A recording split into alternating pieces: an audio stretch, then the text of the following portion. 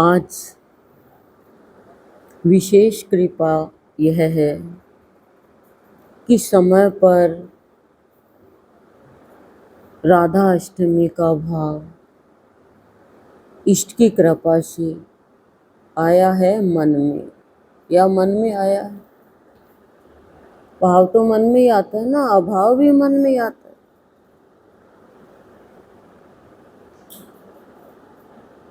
और ऐसा लग रहा है कि कृष्ण की बांसुरी की धुन अधरों पर आकर के हृदय में प्रवेश कर रही है इष्ट की कृपा से। संत ने सत्संग में बुलाकर तपाया है अपने प्रिय को, और साधना करवाकर, साधना के बल पर अपने प्रिय में प्यारी प्यारी मधुर मधुर मुस्कान भरते हैं, भरी है और भरते रहेंगे। संत के भी तो प्रिय होते हैं। जब सत्संग में प्राणी आता है तो उसके भावना के अंदर, हृदय के अंदर राधा का भाव क्या है? प्रेम। तो जो संत का प्रिय होता है वो सिर्फ संत से कहता है कि ये संत, मैंने जो राधा और कृष्ण के प्रेम का बल सत्संग में आकर, हे मेरे प्रिय संत, तेरी कृपा से पाया है, तो तुझसे आग्रह है ये कि मुझ में राधा का प्यार जो तेरे से मिला है वो भरपूर भर दो। क्योंकि संत का भाव, संत का प्रेम ही तो आकृष्ट करता है भक्त को, और फिर भक्त के अंदर जब वो प्रेम भाव भर जाता है तो फिर वो भगवान को आकृष्ट करता है, आकर्षित करता है। भगवान कृष्ण ने जब बांसुरी बजाई थी तो उस बांसुरी का क्या मूल उद्देश्य था? कि प्रेम की जागृति करना। और गोपियां है, राधा है, वो प्रेम में पागल हुई, बांसुरी की धुन पे दौड़ी आती सब कुछ छोड़ के। और वो ही हमने हमारे संत के चरणों में आकर के वो प्रेम प्राप्त किया है।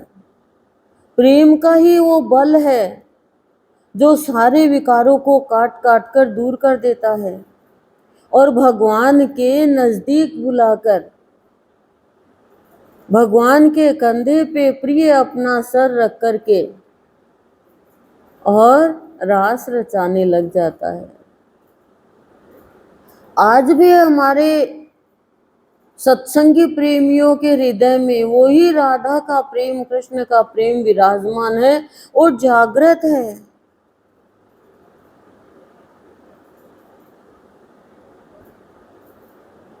और संत का जो प्रिय है वो बार बार यही कहता है कि हे प्रभु, मुझे भी उस राधा के प्रेम का अनुभव कराओ जो मुझे आपसे मिला है।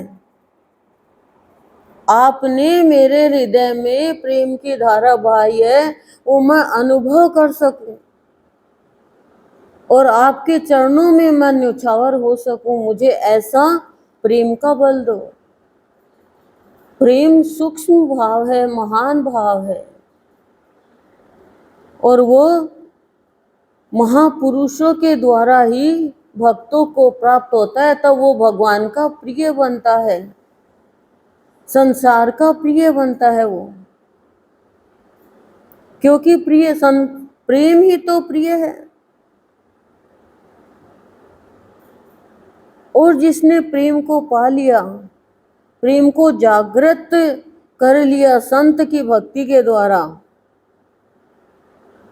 तब वो देख पाता है और कह पाता है अपने भगवान से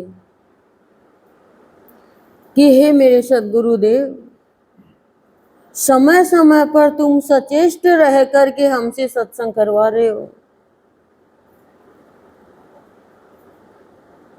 अब मैं आपका प्रिय, आपकी प्रियतमा, आपका भक्त,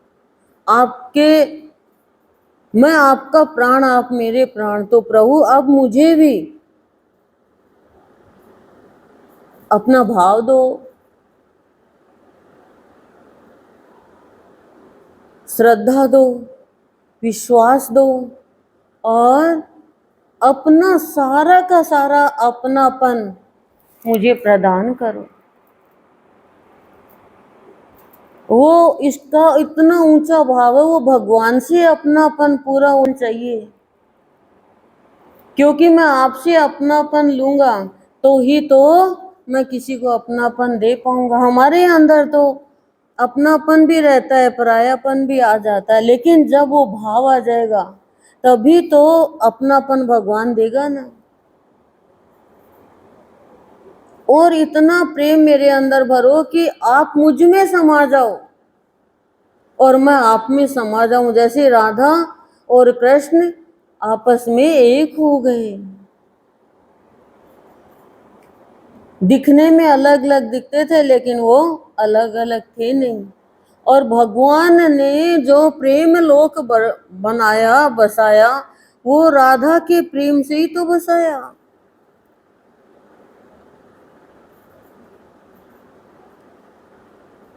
पर आज हम भूल गए, और जो हम भूल जाते हैं वही तो हमसे भूल होती है।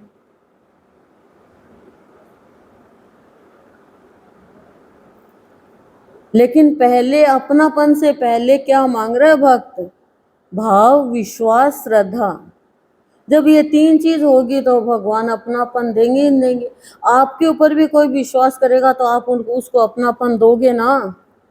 नहीं, विश्वास ही नहीं है तो आप, डॉक्टर भी कहेगा विश्वास नहीं है, चलो।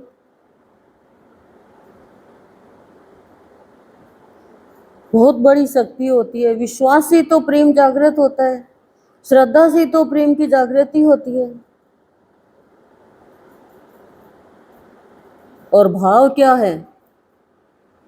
विश्वास, श्रद्धा, प्रेम, ये तो भाव है। और क्या भाव है? और भाव कोई अलग से थोड़ी है। पर हमारे अंदर वो प्रेम है कहाँ? क्यों नहीं आ पा रहा है सबके अंदर? वैसा नहीं है, नहीं है क्या? क्योंकि नहीं है तो संत हमें बुलाइए कैसे और हम आएंगे कैसे? तो संत से प्राप्त करता है भक्त, और वो कहता है कि हे प्रभु, मुझे आपका भाव प्रदान करो कि सत्संगी प्रेमियों ने जो भाव प्राप्त किया है, प्रेम प्राप्त किया है, वो मैं प्राप्त करके आज राधा अष्टमी का भाव प्राप्त करके आपके सत्संगी प्रेमियों के जैसे, जिन्होंने पाया है उनके जैसे, और मैं भी आपके भावों का संतुलन बनाऊं। क्योंकि संत के भाव का जब तक संतुलन नहीं बनेगा तब तक हम चिंता से मुक्त नहीं हो पाएंगे। भावों में संतुलन बहुत जरूरी है। भाव आ गया, कभी थोड़ा, कभी कम, कभी थोड़ा, कभी कम, कभी गायब भी हो गया। यानी हमारे अंदर भाव कुछ समय के लिए आता है, तो संतुलन कैसे? हम तो अपना आपा खो देते हैं। राधा तो प्यार में पागल हो गई थी कि भगवान को ही पागल बना दिया। गोपियों ने तो भगवान को ही पागल बना दिया प्यार में। तो हमारे अंदर भी वो प्यार जगे तो हम मुक्त हो पाएंगे चिंता से। और जो हम निरर्थक अभाव लेकर के बैठे हुए हैं उनसे छुटकारा प्राप्त कर पाएंगे। निरर्थक क्या है? झूठ मूठ में शांति लेना, अनुमान लगाना, किसी के साथ दुर्व्यवहार करना, ये निरर्थक काम, क्रोध, लोभ, मोह, मद, मात्सर्य। संत जो होते ना, उनके अंदर राधा और कृष्ण दोनों का प्यार, दोनों का भाव होता है। तभी तो संत एकदम संतुलन यानी शांत रहते हैं। संतुलन का मतलब शांत रहना, क्रोध की स्थिति में भी शांत रहना। और शांत कौन रहेगा? कौन रहेगा शांत? बताओ, कौन रहेगा शांत? जो सदा संत के जैसे, श्री कृष्ण के जैसे हर पल सावधान रहेगा, जागृत अवस्था में रहेगा, उसे कोई गलती होगी नहीं।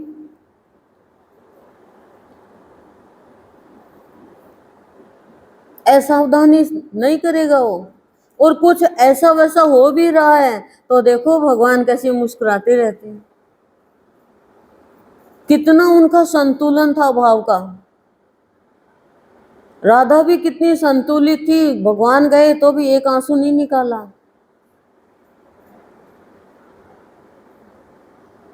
उद्धव जी गए तो कहा विरह में जो आनंद है वो उद्धव जी ज्ञान में कहाँ है। और कौन कहता है भगवान हमसे दूर है? क्या ये तो प्रेम लीला कर रहे हैं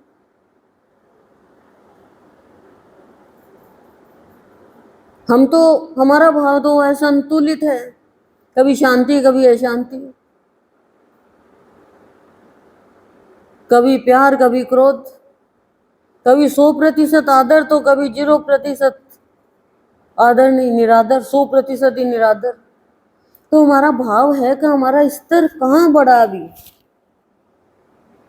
और हमारे अंदर यदि है ऐसा तो हमें ही नुकसान होगा। संतों में तो है नहीं, भगवान कृष्ण में था क्या? देखो, किसी के भी प्रति था तो भगवान कृष्ण के प्रति लोगों में था, लेकिन भगवान के अंदर किसी के प्रति भी दुर्भाव नहीं था, बैर भाव नहीं था। ऐसा ये ही संत का भाव है। राधा और कृष्ण दोनों का प्यार है।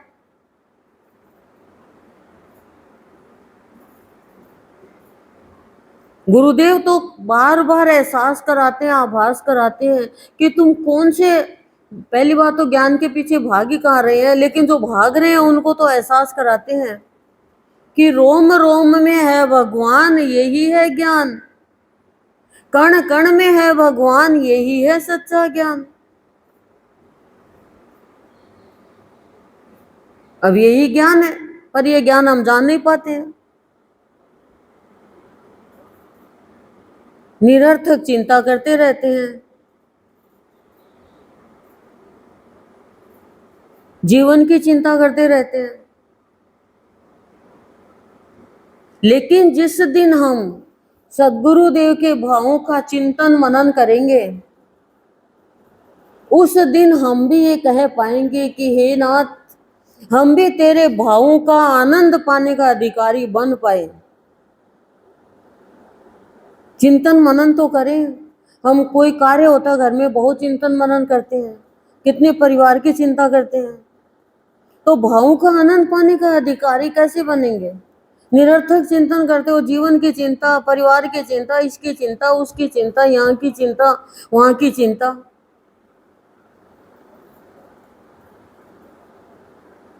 भावों का आनंद पाने का अधिकारी वही बनेगा ना जो भावों में संतुलित रहेगा।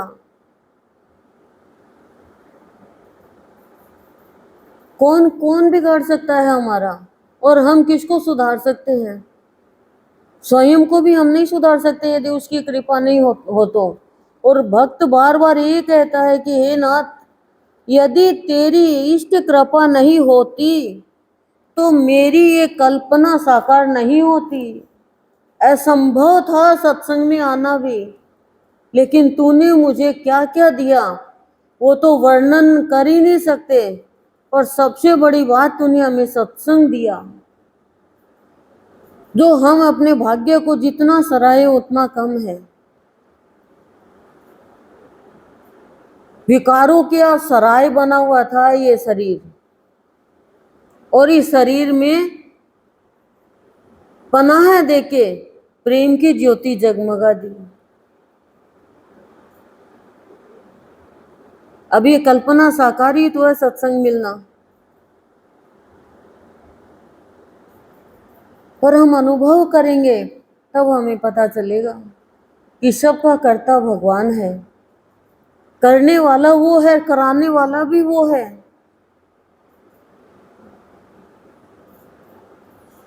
सबसे बड़ी तपस्या है सत्संग करना, नियम से, श्रद्धा विश्वास निष्ठा से। फिर जीवन लौकिक नहीं रहेगा, जीवन अलौकिक बन जाएगा। फिर देख पाएंगे कि राधा का भाव हमारे अंदर समाता जा रहा है, और जीवन में फिर संत के भाव को आनंद मिलता रहेगा और अधिकार हमारा होगा उन पे। ओम शांति ही शांति ही शांति प्रशांति।